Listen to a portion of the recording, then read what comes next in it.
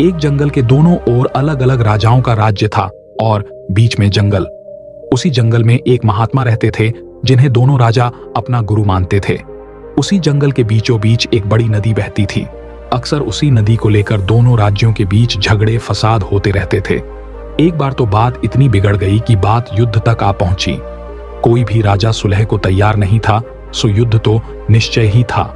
दोनों राजाओं ने युद्ध से पहले महात्मा का आशीर्वाद लेने की सोची और पहुंच गए जंगल की उस कुटिया में जहां महात्मा रहते थे। पहले एक राजा आया और उसने महात्मा से युद्ध में विजय का आशीर्वाद मांगा। महात्मा ने कुछ देर उस राजा को निहारा और कहा कि राजन, तुम्हारे भाग्य में जीत नहीं दिखती, आगे ईश्वर की मर्जी। यह सुनकर पहला राजा थोड़ा विचलित तो हुआ, फिर उसने सोचा कि यदि हारना ही है तो पूरी ताकत से लड़ेंगे, परंतु यूं ही हार नहीं मानेंगे, और अगर हार भी गए तो हार को भी औरों के लिए उदाहरण बना देंगे, परंतु आसानी से हार नहीं मानेंगे। यह निश्चय कर वह वहां से चला गया।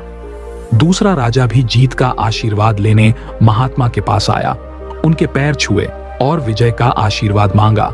महात्मा ने उसे भी कुछ देर निहारा और कहा कि बेटा, भाग्य तो तुम्हारे साथ ही है। यह सुनकर राजा तो खुशी से भर गया और वापस जाकर निश्चिंत हो गया, जैसे कि उसने युद्ध बिना लड़े ही जीत लिया हो। अंततः युद्ध का दिन आया। दोनों सेना एक दूसरे के आमने सामने थीं और युद्ध का बिगुल बज गया। युद्ध प्रारंभ हो चुका था। एक तरफ की सेना यह सोचकर लड़ रही थी कि चाहे किस्मत में हार क्यों न हो, परंतु हम हार नहीं मानेंगे। हम अपना सर्वश्रेष्ठ कोशिश करेंगे, अपना सर्वस्व झोंक देंगे। और वहीं दूसरी तरफ की सेना एक निश्चिंत मानसिकता के साथ लड़ रही थी कि जितना तो हमें ही है, तो घबराना कैसा।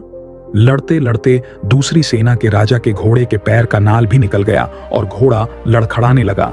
पर राजा ने ध्यान ही नहीं दिया, क्योंकि उसके दिमाग में एक ही बात चल रही थी कि जब जीत मेरे भाग्य में है ही, फिर किस बात की चिंता।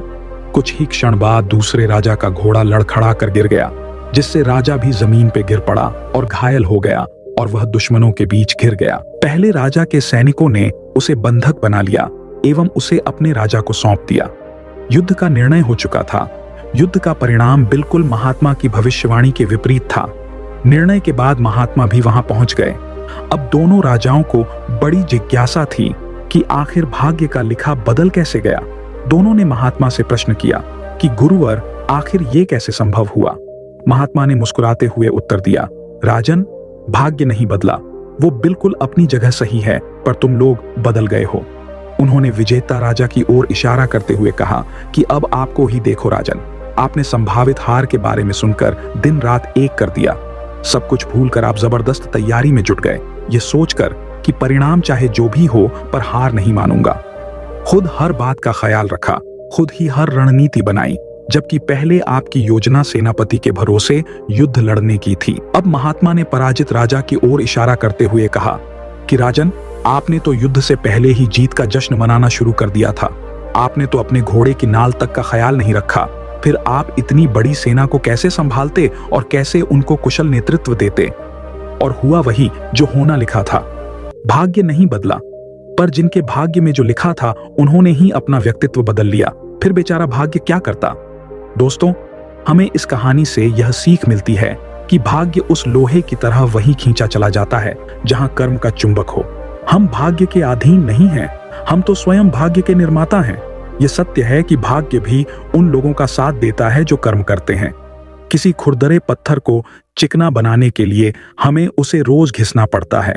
उसी प्रकार हमें अपने भाग्य को चमकाने के लिए कर्म तो करना ही पड़ता है।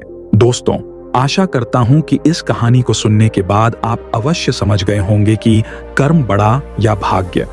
फिर आऊंगा एक नई मोटिवेशनल कहानी के साथ। तब तक के लिए नमो बुद्धाय।